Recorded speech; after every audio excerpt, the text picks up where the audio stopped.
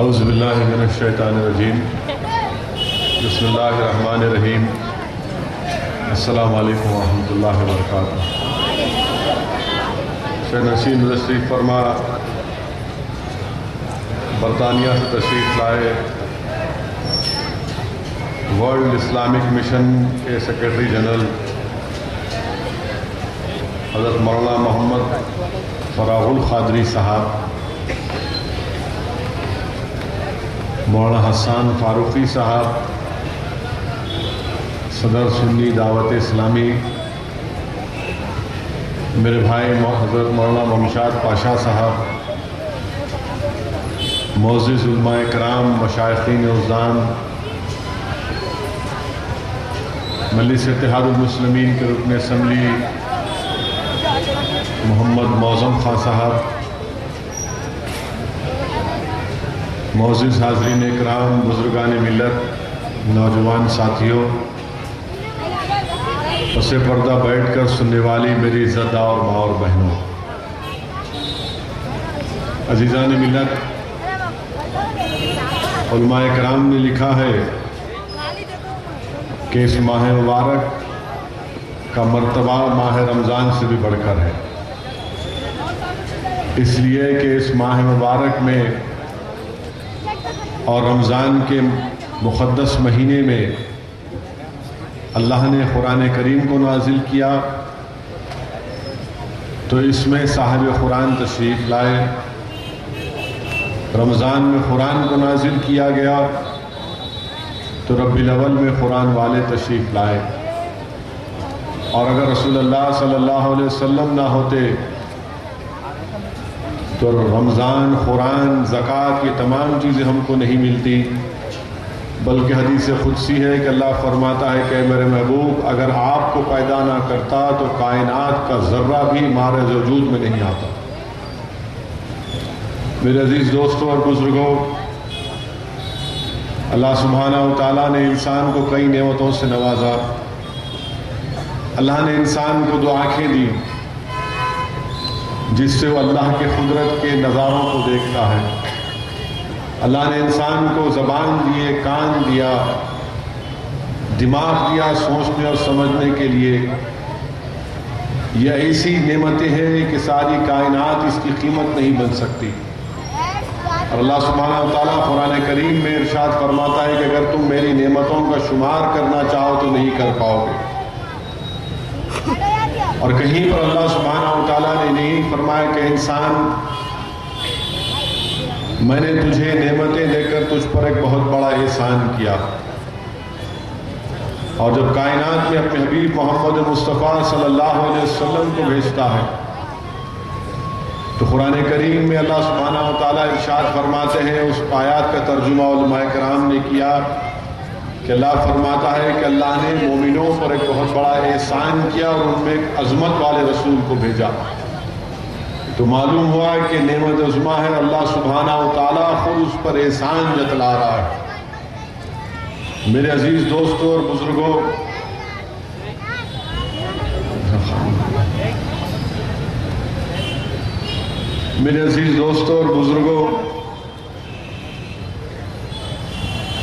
میں مبارکباد دینا چاہتا ہوں ان تمام ذمہ داروں کو جو آج کے اس جلسے عید میلاد النبی کا انعقاد عمل میں لا رہے ہیں۔ میں شکریہ ادا کرنا چاہتا ہوں ان تمام حضرات کا جنہوں نے اس جلسے کو منعقد کرنے کے لیے اپنا تعاون دیا، انہیں پوری مدد کی۔ میری اللہ سے دعا ہے کہ اللہ سبحانہ و تعالیٰ ان تمام لوگوں کی کوششوں کو قبول کرے۔ عزیزان ملت اسلامیہ، مجھے یہاں پر شاہ ولی اللہ محدث دہلوی اپنی کتاب در ثمین میں اپنے والد شاہ عبد الرحیم کا واقعہ لکھتے ہیں کہ شاہ عبد الرحیم رحمۃ اللہ علیہ ہر سال میلاد شریف مناتے تھے اور کھانا پکا کر غرباؤں میں تقسیم کرتے تھے حصول برکت کے لیے۔ ایک وقت ایسا آیا کہ کہ آپ کے پاس دولت پیسے نہیں تھے، اتنے ہی پیسے تھے جس سے آپ نے بنے ہوئے چنے خریدے اور غرباؤں میں اور مسکینوں میں اس کو بانٹ دیا برکت کے حصول کے لیے۔ رات میں رسول اللہ صلی اللہ علیہ وسلم کا دیدار نصیب ہوا اور اللہ کے رسول صلی اللہ علیہ وسلم کے سامنے وہی بھنے ہوئے چنے رکھے ہوئے تھے، اور رحمت للعالمین صلی اللہ علیہ وسلم ارشاد فرما رہے تھے کہ عبدالرحیم، تو نے ان بنے ہوئے چنوں کو بانٹ کر بہت بڑا اچھا کام کیا۔ تو معلوم ہوا کہ جو لوگ رسول اللہ صلی اللہ علیہ وسلم کی محبت میں غریبوں اور مسکینوں کو کھانا کھلاتے ہیں، وہ شاہ عبدالرحیم رحمت اللہ علیہ کے اس واقعے کو اپنے سامنے رکھ لیں۔ میرے عزیز دوستوں اور بزرگوں، علماء کرام نے لکھا اور حدیث شریف کو لکھا، میں علماء کرام کی موجودگی میں یہ بات کہہ رہا ہوں، اور شاید انشاءاللہ مجھے پورا یقین ہے کہ مجھ سے زیادہ بہتر جو ہمارے برطانیہ سے ورلڈ اسلامک مشن کے سیکریٹری جنرل تشریف لائے ہیں، وہ اپنے بصیرت و فروز خطاب میں انشاءاللہ تعالی اور ان اہم نکات پر سیرت النبی کے گہرائی سے روشنی ڈالیں گے۔ میں صرف چند باتیں آپ کے سامنے رکھ کر اپنی بات کو اختتام کی طرف لے کر جاؤں گا۔ عزیزان ملت اسلامی، حدیث شریف میں آیا کہ تمہارا ایمان، اللہ کے رسول نے فرمایا کہ تمہارا ایمان اس وقت تک مکمل نہیں ہے، تم مومن اس وقت تک نہیں ہو جب تک کہ تم مجھے یعنی رسول اللہ صلی اللہ علیہ وسلم کو اپنی جان سے بھی زیادہ نہیں چاہو۔ علماء کرام نے ہم کو بتایا ہے عزیز دوستو، کیا بتایا ہے علماء کرام نے کہ عشق جو ہوتا ہے وہ ایک قلبی عمل ہوتا ہے، عشق اور محبت ایک قلبی عمل ہوتا ہے کہ عشق کرنے والا جس سے عشق کرتا ہے اس کے عشق میں ڈوب جائے، اپنے دل کو اس کے تابع کر لے، اپنے دل کو اس کے تابع کرے، جس سے محبت کرتا ہے اس کی شوق میں، اس کی محبت میں، جستجو میں زندگی لگا دے، مبتلا ہو جائے اس میں۔ اور علماء کرام نے لکھا ہے کہ جسم میں روح ڈالنے سے پہلے اللہ اس روح میں محبت کو ہی ڈال دیتا ہے۔ اس لیے بخاری شریف کی حدیث ہے کہ تمام روحیں رسول اللہ صلی اللہ علیہ وسلم کی فوج ہیں۔ اور علماء کرام نے لکھا کہ حاتم طائی سے محبت لوگوں کو اس کی ذات سے محبت نہیں تھی، کیونکہ بڑا سخی تھا، سخاوت کرتا تھا، اس لیے اس سے محبت کرتے تھے۔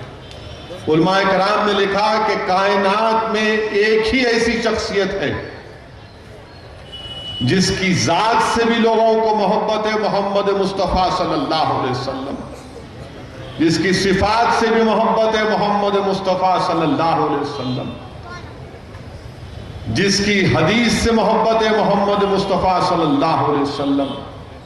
جس کی آل سے محبت ہے، محمد مصطفیٰ صلی اللہ علیہ وسلم۔ جس کے صحابہ سے محبت ہے، وہ محمد مصطفیٰ صلی اللہ علیہ وسلم۔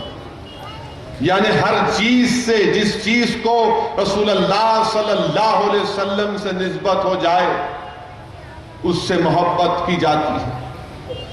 میرے عزیز دوستوں اور بزرگوں، ان باتوں کو بتانے کا مقصد یہ ہے کہ رسول اللہ صلی اللہ علیہ وسلم سے محبت عشق مصطفیٰ ایک قیمتی دولت ہے۔ آج عالم اسلام میں مسلمانوں کے پاس کچھ بھی نہیں ہے، نہ وہ اسپین کا انقلابی دور یا وہ کامیابی ہمارے سامنے ہے، نہ وہ گولڈن ایج اسلام کی ہمارے سامنے ہے، نہ ہمارے پاس کچھ نہیں ہے۔ صحیح معنوں میں اقتدار ہمارے پاس بھی نہیں ہے، اگر کہیں اقتدار بھی ہے تو اس اقتدار کا مالک کوئی ظالم شیطان بیٹھا ہوا ہے، دکھاوے کے نام پر اقتدار۔ اگر ہمارے پاس کوئی چیز ہے، کوئی دولت ہے، تو رسول اللہ صلی اللہ علیہ وسلم سے محبت اور غلامی کی دولت ہے۔ اور یاد رکھیے میرے عزیز دوستوں اور بزرگوں، ہمارے اسلاف نے اپنی تمام چیزوں کو قربان کر کے اس دولت کو بچا کر رکھا۔ دنیا کے خزانے خالی پر جائیں گے، ہم کوئی اس دولت کو خرید نہیں سکتا۔ اور تاریخ گواہ ہے کہ جن کو اپنی دولت پر غرور اور تکبر تھا، جب وہ دامن مصطفیٰ سے وابستہ ہوئے تو انہوں نے اپنی دولت کو رسول اللہ صلی اللہ علیہ وسلم پر لٹانا اپنے لیے باعث نجات سمجھا۔ جن کے دلوں میں رسول اللہ صلی اللہ علیہ وسلم کی محبت سما گئی، تاریخ گواہ ہے کہ جو بت پرست تھے وہ دامن مصطفیٰ سے جب وابستہ ہو گئے تو خدا پرست ہو گئے۔ جو قاتل تھے وہ انسانیت کے رہبر بن گئے، جو رہزن تھے وہ رہبر بن گئے۔ جو رسول اللہ صلی اللہ علیہ وسلم سے محبت جن کے دلوں میں سما گئی، جو تخت نشین تھے، تاریخ گواہ ہے کہ انہوں نے تختوں کو چھوڑا اور بوریہ نشینی کو اختیار کیا۔ تاریخ گواہ ہے کہ جس کے دل میں رسول اللہ صلی اللہ علیہ وسلم کی محبت سما گئی، جن کے دسترخوانوں پر بے شمار کھانے تھے، وہ دین اسلام کی سربلندی کے لیے اور رسول اللہ صلی اللہ علیہ وسلم کی سے محبت کے لیے فاقہ کشی کو اختیار کیا۔ تاریخ گواہ ہے کہ جس کے دل میں رسول اللہ صلی اللہ علیہ وسلم کی محبت سما گئی اور جب ان کے پیٹھ اور پیٹ پر کوڑے مارے گئے، پتھر برسائے گئے، تو انہوں نے کہا کہ یہ پتھر اور کوڑے نہیں برسائے جا رہے بلکہ ہم پر پھول برسائے جا رہے ہیں۔ تاریخ گواہ ہے کہ جن کو پھانسی کے پھندے پر لٹکایا گیا تو انہوں نے پکار کر کہا، زمانے کو پیغام دیا اور ہم کو پیغام دیا کہ دیکھو، اگر دنیا تم کو رسول اللہ صلی اللہ علیہ وسلم سے محبت کی بنا پر دین اسلام کی سربلندی کے لیے اگر تم کو پھانسی کا پندھا تمہارے گلوں میں ڈالتی ہے تو پکار کر کہہ دو، زمانے کے اقتدار کی کرسیوں پر بیٹھنے والے ظالموں سے پکار کر کہہ دو کہ تمہارے پھانسی کی پھندے ہماری آواز حق کو دبا نہیں سکتے۔ اگر رسول اللہ صلی اللہ علیہ وسلم کی محبت اور عشق کی بنیاد پر ہم کو دنیا کے قید خانوں میں ڈالا جا رہا ہے، تم کو تعلیم دی گئی کہ قید خانوں سے پکار کر کہہ دو کہ اقتدار کی کرسیوں پر بیٹھنے والے ظالموں، تمہارے قید خانے ہمارے حوصلے اور عزم ہمارے عشق مصطفیٰ میں کمی نہیں پیدا کر سکتے۔ ہم نے ہمیشہ ایک نئی تاریخ لکھی ہے۔ کیسے لکھی ہے؟ رسول اللہ صلی اللہ علیہ وسلم سے محبت اور عشق کی بنیاد پر ہم نے ایک نئی تاریخ لکھی ہے۔ میرے عزیز دوستوں اور بزرگوں، اسی لیے تو ہم سے کو بتلایا گیا کہ ہمارا ایمان اس وقت تک مکمل نہیں جب تک کہ ہم رسول اللہ صلی اللہ علیہ وسلم سے اپنی جان سے زیادہ محبت نہیں کریں۔ اسی لیے عزیز دوستوں اور بزرگوں، حدیث شریف میں آیا حضرت انس رضی اللہ تعالیٰ عنہ سے کہ آپ روایت کرتے ہیں کہ اللہ کے رسول صلی اللہ علیہ وسلم نے فرمایا کہ جس میں 3 چیزیں پائی جاتی ہیں وہ ایمان کی مٹھاس کو پاتا۔ ایک یہ کہ وہ اللہ اس کے رسول سے دنیا کی تمام چیزوں زیادہ محبت کرے، کسی سے محبت کرے تو صرف اللہ کے لیے کرے، اور کفر پر دوبارہ لوٹ کر نہ جائے، جیسا اگر کوئی دوبارہ آگ میں جانے سے ڈرتا ہے۔ اور حضرت انس فرط مسرت میں عشق میں ڈوب کر کہتے کہ جب حشر کے میدان میں رسول اللہ صلی اللہ علیہ وسلم کو دیکھوں گا تو پکار کر کہوں گا کہ یا رسول اللہ صلی اللہ علیہ وسلم آپ کا غلام حاضر ہے۔ میرے عزیز دوستوں اور بزرگوں، یہی ٹریننگ صحابہ کرام کو رسول اللہ صلی اللہ علیہ وسلم سے دی گئی تھی کہ جب وہ دربار نبوت میں حاضر ہوتے تو پکار کر کہتے کہ میرے ماں باپ آپ پر قربان یا رسول اللہ صلی اللہ علیہ وسلم، میرے ماں باپ آپ پر قربان یا رسول اللہ صلی اللہ علیہ وسلم۔ یہی ٹریننگ دی جاتی کہ دربار نبوت کے سامنے جب بیٹھتے تو ایسا بیٹھتے کہ حدیث شریف میں آیا ہے کہ اگر ان کے سر یا کندھوں پر اگر کوئی چڑیا آ کر بیٹھ جائے تو بھی اس کو کوئی حرکت نہیں کرتے، کہ صرف دروازے پر نظر ہوتی، کاشان نبوت پر نظر ہوتی۔ محبت ایسی کرتی کہ علماء کرام نے لکھا کہ بڑے بڑے جیت صحابہ کرام جن کو ان کی زندگی میں جنت کی بشارت دی گئی تھی، وہ رسول اللہ صلی اللہ علیہ وسلم کی آنکھ میں آنکھ ڈال کر نہیں دیکھتے تھے، عشق اور محبت اور ادب کا یہ مقام تھا کہ اپنی نظریں جھکا کر رسول اللہ صلی اللہ علیہ وسلم سے مخاطب ہوتے تھے۔ میرے عزیز دوستوں اور بزرگوں، یہ باتیں آپ کو بتلانے کا مقصد یہی ہے کہ ہم کو اپنے ایمان کو مضبوط کرنا ہے۔ ان جلسوں کو منعقد کرنے کا ایک بنیادی مقصد یہ ہے کہ ہم قرآن اور سنت کے بتلائے ہوئے راستے پر اپنی زندگی کو گزارنے کی پوری کوشش کریں۔ یقیناً آپ کا اور ہمارا نعرہ ہونا چاہیے کہ خواجہ کا دامن نہیں چھوڑیں گے، غوث کا دامن نہیں چھوڑیں گے۔ مگر کیا آپ یہ سمجھتے ہیں کہ یہ نعرہ لگانے سے آپ ان تمام ذمہ داریوں سے سبکدوش ہو جائیں گے؟ کیا ان تمام معاشرے کی برائیوں کا خاتمہ آپ کو اور ہم کو نہیں کرنا ہے؟ کیا صرف نعرہ لگانے سے ملت اور قوم کے پریشانیاں یا ان تمام مصیبتوں کا خاتمہ ہو جائے گا جو آج ہمارے سامنے کھڑی ہوئی ہیں؟ یقیناً خواجہ کا دامن نہیں چھوڑنا، یقیناً غوث کا دامن نہیں چھوڑنا، مگر یاد رکھو مسلمانوں، علم کا دامن بھی تم کو پکڑ کر رکھنا، علم کا دامن بھی پکڑ کر رکھنا ہے۔ یاد رکھو ان یتیموں کا ساتھ بھی مت چھوڑو، ان یتیموں کا حق بھی دلاؤ، اس لیے کہ اللہ کے رسول صلی اللہ علیہ وسلم نے ہم کو کیا حکم فرمایا کہ اگر تم کسی یتیم کے سر پر شفقت سے ہاتھ پھیراتے ہو تو تم کو حج اور عمرے کا ثواب ملتا۔ میرے عزیز دوستوں اور بزرگوں، ان جلسوں کو منعقد کرنے کا مقصد یہ ہے کہ عوام کے درمیان میں جا کر، دنیا کے سامنے جا کر ہم عظمت مصطفیٰ کو بیان کریں۔ اور عظمت مصطفیٰ کے تعلق سے علماء کرام نے کیا کہا کہ دیگر انبیاءوں نے حضرت جبریل علیہ السلام سے سن کر اللہ کی گواہی دی، میرے آقا محمد مصطفیٰ صلی اللہ علیہ وسلم نے جبریل علیہ السلام کو دیکھا۔ علماء کرام نے ہم کو بتایا، عزیز دوستو، جو میں نے علماء کرام کی زبانوں سے سنا اور ان کی کتابوں میں پڑھا کہ اللہ نے نبیوں رسولوں کو کسی ایک مخصوص علاقے یا زمانے کی طرف بھیجا یا کسی گاؤں کی طرف بھیجا، اور رسول اللہ صلی اللہ علیہ وسلم کو، محمد مصطفیٰ صلی اللہ علیہ وسلم کو رحمت العالمین بنا کر بھیجا۔ میرے عزیز دوستوں اور بزرگوں، اللہ سبحانہ و تعالیٰ نے نبیوں اور رسولوں کو معجزے دیے، کسی کو ایک، کسی کو دو، تو حضرت موسیٰ کو سب سے زیادہ 9 دیے۔ علماء کرام نے لکھا کہ دیگر انبیاء آ کر معجزے دکھائے اور رسول اللہ صلی اللہ علیہ وسلم خود معجزہ بن کر آئے۔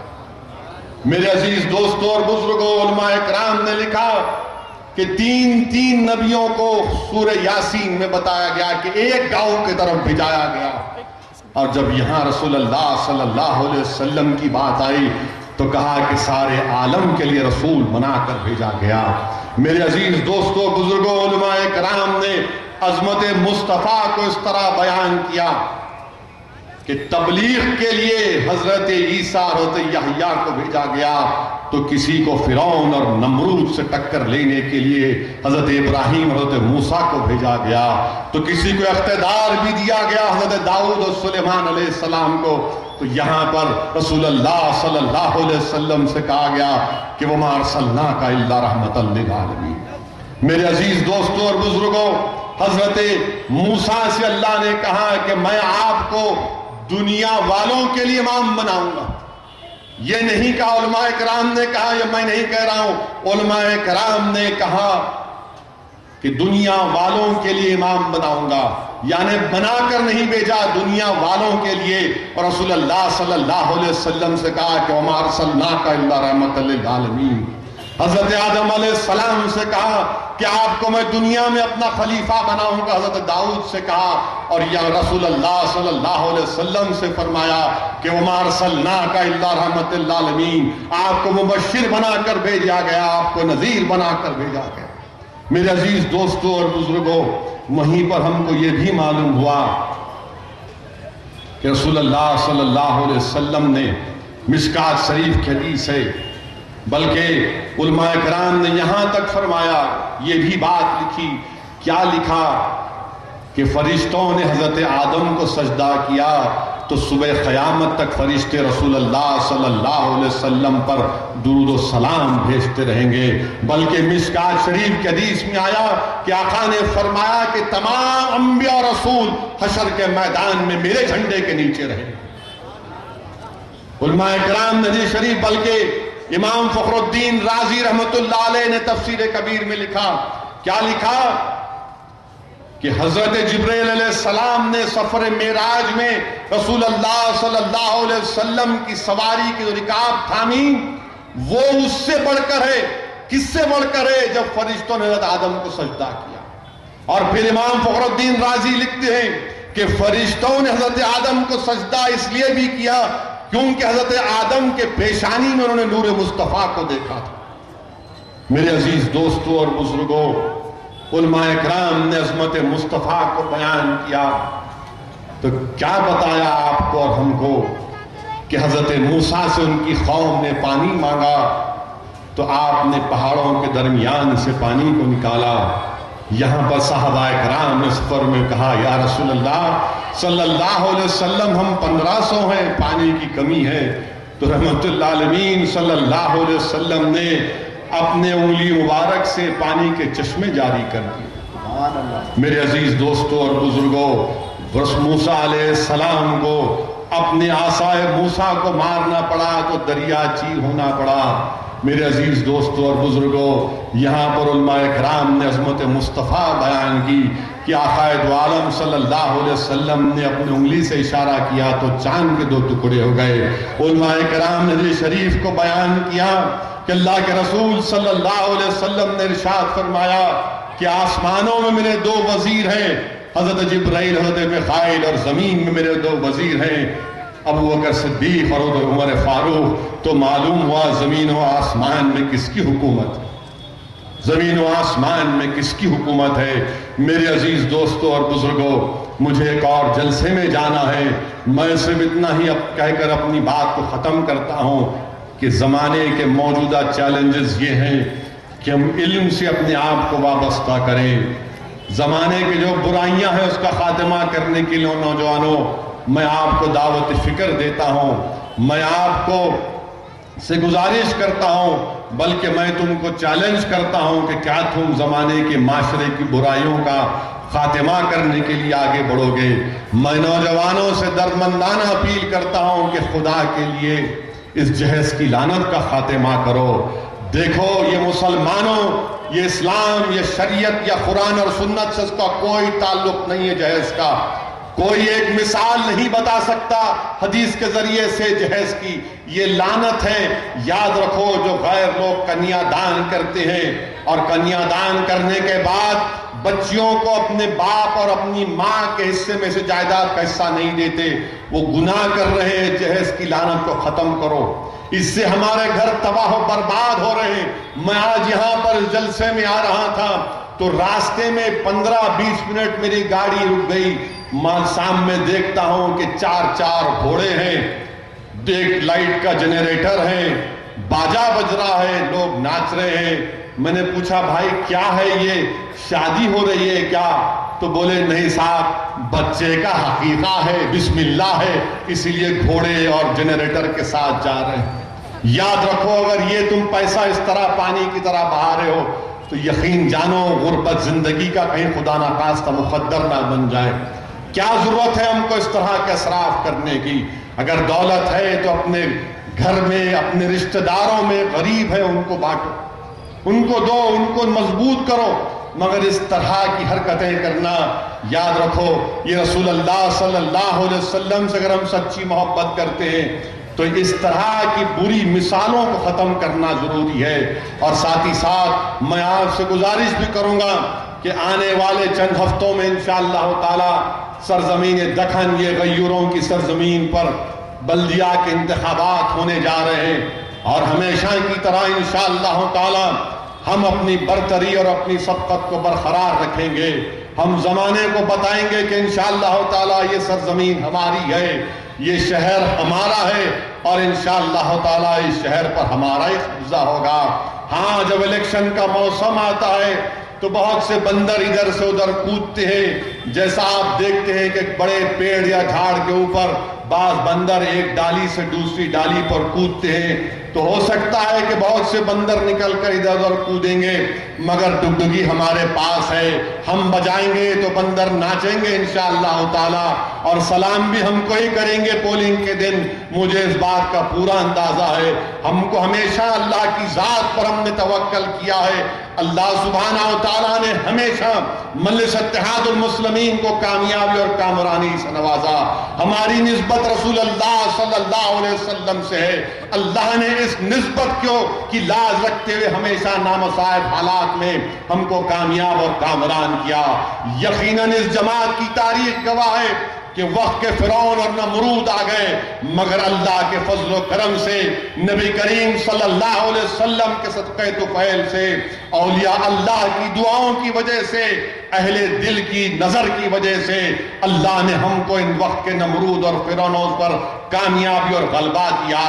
یقیناً یزیدی لشکر ہمارے سامنے آئے گا، مگر ہم حسینی جھنڈے کو لے کر آگے بڑھنے والے ہیں۔ یزید پلید تھا اور انشاءاللہ تعالی اس کے نام لیوائی پلید ہوں گے۔ کامیابی ہمیشہ حسینی پرچم کو اٹھائے ہوئے لوگوں کی ہوگی، اور مجھے پورا یقین ہے کہ ہم متحد رہیں گے، اپنی جماعت کو کامیاب کریں گے۔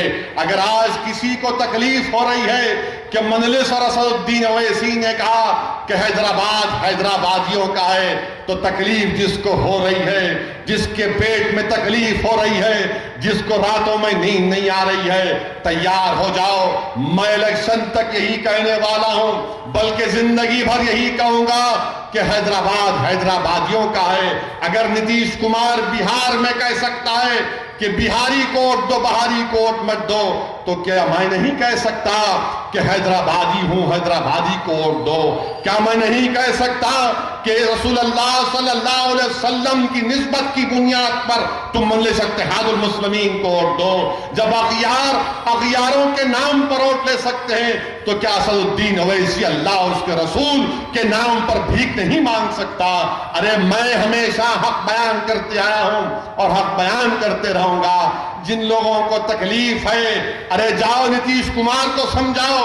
جب نتیش کمار کہتا ہے تو واہ واہ، اور مجلس کہتی ہے تو تم ہم پر الزام لگاتے ہو۔ مجھے ان الزامات کی فکر نہیں ہے۔ انشاءاللہ تعالی حیدرآباد کو ہم بی جے پی اور تیلگو دیشم کے ناپاک عزائم سے بچائیں گے۔ ارے یہ نریندر مودی، یہ بی جے پی، آر ایس ایس کیا کیا کہتے تھے؟ ان کا ایک منسٹر بہار میں کہہ گیا کہ جو مودی کو ووٹ نہیں دے گا اس کو پاکستان جانا پڑے گا۔ ایک مختار نقوی نے کہا کہ گوشت کھانا ہے تو پاکستان جانا پڑے گا۔ اب مودی خود پاکستان چلے گئے، مودی خود پاکستان چلے گئے۔ اب میں جب دیکھ رہا تھا نظارے کو تو سمجھ میں نہیں آ رہا تھا کہ کس کو شریف بولوں۔ ہاتھ میں ہاتھ پکڑ کر دونوں چل رہے تھے، ایسا چل رہے تھے کہ دو بچھڑے بھائی 50 سال کے بعد ایک دوسرے سے ملے ہیں اور بغلگیر ہو رہے ہیں۔ شادی میں چلے گئے اور ہم کو تمام باتیں یاد آ رہی تھی کہ مودی کو ووٹ نہیں دیے تو پاکستان جانا، گوشت کھانا ہے تو پاکستان جانا، مسلمان قبرستان یا پاکستان۔ یہ قدرت کا بھی عجیب کارنامہ ہے کہ جو بولتے تھے ان کو ہی پاکستان بھجا دیا۔ ہم کو پاکستان سے کچھ لینا دینا نہیں۔ ملک کے جب دو ٹکڑے کیے گئے تو ہم نے کہا یہ ہمارا وطن عزیز ہے، ہم نے کہا یہ خواجہ غریب نواز سلطان ہند کی سرزمین ہے، ہم یہیں پر رہیں گے۔ ہم نے کہا یہ اولیاء اللہ کی سرزمین ہے، ہم یہیں پر رہیں گے۔ ہم نے کہا اس زمین پر ہم نے جہاں بانی اور حکومت کی 750 سال، یہ زمین ہماری ہے۔ ہم نے کہا وطن عزیز ہمارا ہے۔ ہم نے کہا ہندوستان کو آزاد ہم نے کیا، ہندوستان کو انگریزوں سے آزاد مسلمانوں نے کیا، ہندوستان میں انگریزوں کے خلاف جہاد کا فتویٰ علماء کرام نے دیا، جس میں علامہ فضل خیر آبادی رحمت اللہ علیہ کے عظیم الشان قربانی شامل۔ دنیا ایسی کوئی مثال نہیں پیش کر سکتا علامہ فضل خیر آبادی کی طرح، جنہوں نے کالا پانی کی سزا کو بھی کاٹا۔ کہاں گئے آر ایس ایس والے، چڈی پھرانے پہن کے لٹ پھرانے والے؟ کیا کبھی نظر آئے انگریزوں کے خلاف؟ اگر زبان کھولوں گا تو حقیقت بیان کر سکتا ہوں کہ یہی لوگ تھے جنہوں نے انگریزوں سے معافی چاہی تھی. کیا ویر ساورکر نے انگریزوں سے معافی نہیں چاہی تھی؟ دیکھ لو فرق یہ ہے. علامہ فضل خیر آبادی نے کہا جان جاتی ہے تو جانے دیجیے. حق تو یہ ہے کہ خدا نہ ہو سکا، یہ جان اسی کی ہے، اسی کے حوالے کریں گے، مگر میں نے جو فتویٰ دیا جہاد کا انگریزوں کے خلاف اس کو واپس نہیں لوں گا. یہ آپ کے ساورکر تھے جو واپس معافی نامہ لکھ کے دیے. ہندوتوا لکھنے والے آج ہم سے کہتے تھے نا پاکستان جانا، پاکستان جانا. خیر اچھا ہے، پاکستان ہو یا بنگلہ دیش ہو، میانمار ہو، سری لنکا ہو، بنگلہ دیش ہو، افغانستان ہو، ہر ایک سے تعلقات اچھے ہونے چاہیے. ہمارے پڑوسی ممالک ہیں، میں اس کا قائل ہوں کہ ہر پڑوسی ملک سے ہمارے تعلقات اچھے ہونے چاہیے، مگر الزامات لگانا ختم کرو. کب تک تم ہم کو پاکستان سے جوڑو گے؟ کہاں پاکستان، کہاں ہم؟ ارے ہم تو بول رہے ساری دنیا ہماری ہے. جب تک ہم یہاں پر رہیں گے دنیا رہے گی، ہم نہیں تو دنیا ختم. بابا تم کہاں پاکستان کی ہم سے بات کر رہے ہو؟ بہرحال میرے عزیز دوستوں اور بزرگوں، ایسے لوگ بھی ہمارے سامنے آئیں گے. یہ کانگریس پارٹی اکبر الدین اویسی پر گولیاں چلانے والے، چاقو مارنے والے 50-60 دواخانے میں آ کر عیادت بھی کرتے ہیں، مذمت بھی کرتے ہیں. اب اقتدار چلا گیا تو ظالموں کا ساتھ دیتے ہیں. افسوس اس بات کا ہے کہ جس پارٹی نے اپنے 2 وزیر اعظم کو کھویا، محترمہ اندرا گاندھی کو تشدد سے کھویا، راجیو گاندھی کو کھویا، آج وہ قاتلوں اور ظالموں کا ساتھ دے رہے ہیں. میں ان کو مبارکباد دیتا ہوں. اچھا ہے تمہارا اصلی چہرہ سامنے آ گیا، بہت اچھا ہے. آپ کو تکلیف ہے، اب سنا ہے کہ ہم آنے والے ہیں، یہاں پر آئیں گے. بہت اچھا، آئیے، جمہوریت ہے، آپ جلسہ کریے، ہم آپ کا استقبال کرتے ہیں، ویلکم کریں گے آپ کا. ہم تو مسٹر مودی سے مقابلہ کر رہے ہیں، آپ کون سی چیز ہے؟ ہم 60-65 سال سے ظالموں سے مقابلہ کرتے آ رہے، آج آپ آ رہے ہیں مقابلہ کرنے کے لیے، ویلکم. اور عجیب و غریب بات یہ ہے کہ ہم ان کے ساتھ تھے 8 سال تو جب اچھے تھے، جب اقتدار ان کے ہاتھ سے چلا گیا، جب الیکشن ہار گئے تو مجلس بری ہو گئی ان کے لیے. یاد رکھو مجلس اتحاد المسلمین غیور، غریبوں، مظلوموں کی ایک آواز ہے. یہ آواز حکومت وقت سے ٹکراتی رہی ہے. اس آواز نے یہی نہیں دیکھا کہ اقتدار کس کے پاس رہا، اس جماعت نے ہمیشہ مظلوموں کے حقوق کی لڑائی لڑی ہے. ارے بہت سی پارٹیاں آئی اور چلی گئی، اسد الدین اویسی نہیں رہے گا، مگر یاد رکھو انشاءاللہ تعالی صبح قیامت تک مجلس اتحاد المسلمین آباد اور شاداب رہے گی.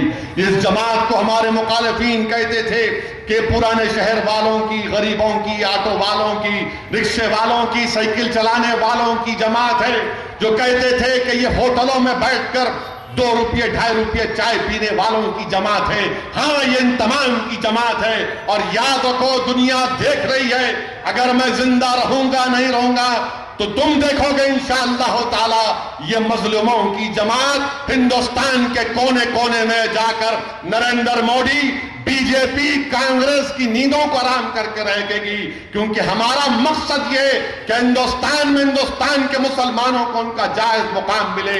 میں کیا لڑ رہا ہوں کہ مسلمانوں کو، دلتوں کو ان کا حق ملے. ہم کیا مطالبہ کر رہے ہیں کہ ہم کو ہمارا حق ملے. یہ ظالم جماعتیں ہم کو ہمارا حق نہیں دینا چاہتے، یہ ہمارا حق چھین کر بیٹھے ہیں. ہم کو ہمارا حق لینا ہے میرے عزیز دوستوں اور بزرگوں. حیدرآباد کا بلدیہ الیکشن ہمارے لیے نہایت اہم ہے.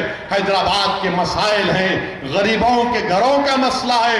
آج مسلمانوں کے پاس ذاتی گھر کی بہت بڑی ضرورت ہے. مجلس انشاءاللہ تعالی حکومت سے لڑ کر وہ ہاؤسنگ سکیم کا انعقاد عمل میں لائے گی تاکہ مغرب مسلمانوں کو، دلتوں کو ایک 2 بیڈ روم ہاؤس جو حکومت نے اعلان کر رہی ہے، ان کو مجبور کرنا پڑے گا تاکہ یہ غریبوں کو ان کا حق مل سکے. میرے عزیز دوستوں اور بزرگوں، اپنے اتحاد کو مضبوط رکھیے. حیدرآباد کو مودی کے اقتدار سے بچانا ہے. آپ نے دیکھا بمبئی میں کیا ہوا، بلدیہ ان کے پاس تھا تو 4-4 5-5 دن گوشت بند ہو گیا. اقتدار ان کے پاس تھا تو نئے نئے قانون بنا دیے. یہ ڈرانے کے لیے نہیں کہہ رہا ہوں، حقیقت آپ کے سامنے. ہم کو اپنے شہر کو بچانا ہے. یقیناً یہ شہر ہر مذہب کے ماننے والوں کا، یہ گنگا جمنی تہذیب کا شہر ہے، مگر اس شہر کو بچانا ہے تو یہ ظالموں سے، نفرت کرنے والوں سے، فرقہ پرستوں سے، یہ تمام طاقتوں سے بچانا ہے. اور مجلس اتحاد المسلمین وہ واحد جماعت ہے جو بی جے پی، تلگو دیسم اور کانگریس کی موقع پرستی سے صحیح معنوں میں مقابلہ کرتی آئی ہے اور مقابلہ کر سکتی ہے. یہ دوسرے جو آ رہے ہیں یہ ووٹ کٹوا ہیں، ووٹ کاٹنے کو آ رہے ہیں. ان کو جیتنے سے مقصد نہیں ہے. یہ بیچارے یہ کیا ہے، یہ شادی کے بارات میں پیٹرومیکس خریدتے دفعہ پکڑ کے ٹھہرتے. بارات جاتی تو بیچارے یہ اڈے پہ کے بھوئی ہیں پورے کے پورے. ان کا کام صرف ہاتھ میں لائٹ لے کے چلنا ہے اور یہ سمجھ رہے لائٹ لے کے چلیں گے تو کچھ ہونے والا ہے. انشاءاللہ تعالیٰ کچھ نہیں ہوگا. ہم کو اپنی جماعت کو مضبوط کرنا ہے. مسٹر مودی اگر حیدرآباد بھی آ کر کیمپین کریں گے تو کچھ فرق پڑنے والا نہیں. ہمارے پرائم منسٹر من کی بات پر 2 جنوری کو بولے، ریڈیو میں بولتے بھائیوں بہنوں. 2 جنوری کو تقریر کرتے کرتے بولے کہ مدھیہ پردیش میں کوئی ایک صاحب ہیں جو 25-30 شوچالے بنا دیے، بیت الخلا بنا دیے. ٹی وی والے وہاں پر پہنچے، جا کر اس سے پوچھا کہ پرائم منسٹر نے کہا کہ تم وہ بنا دیے بیت الخلا شوچالے. اس نے کہا ایک بھی نہیں بنایا. کون بولے؟ نہیں پرائم منسٹر بولے تم اتنے بنا. انہیں بولا ایک بھی نہیں بنایا. بنانے کی خواہش ہے، پیسے ہی نہیں ہے، کہاں سے بناؤں گا؟ واہ پرائم منسٹر، ہوائی فائرنگ آپ کی. بیت الخلا کو بھی نہیں چھوڑ رہے پرائم منسٹر. بہرحال میرے عزیز دوستوں اور بزرگوں، اچھا ہے ہندوستان کی عوام کو معلوم ہوگا. ہم جب پکار کر بول رہے تھے 2011 اور 12 میں دیکھو یہ طوفان آ رہا ہے، طوفان آ رہا ہے، تو لوگ بول رہے تھے نہیں ڈرا رہے، بی جے پی سے ڈرا رہے.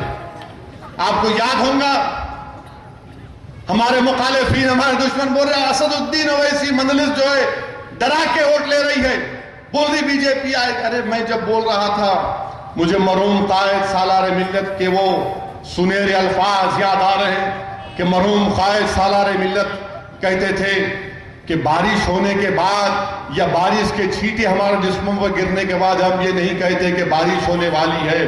ہم وہ جماعت کے ذمہ دار ہیں جو ہواؤں کو سونگ کر کہتے ہیں کہ بارش ہونے والی ہے یا طوفان آنے والا ہے.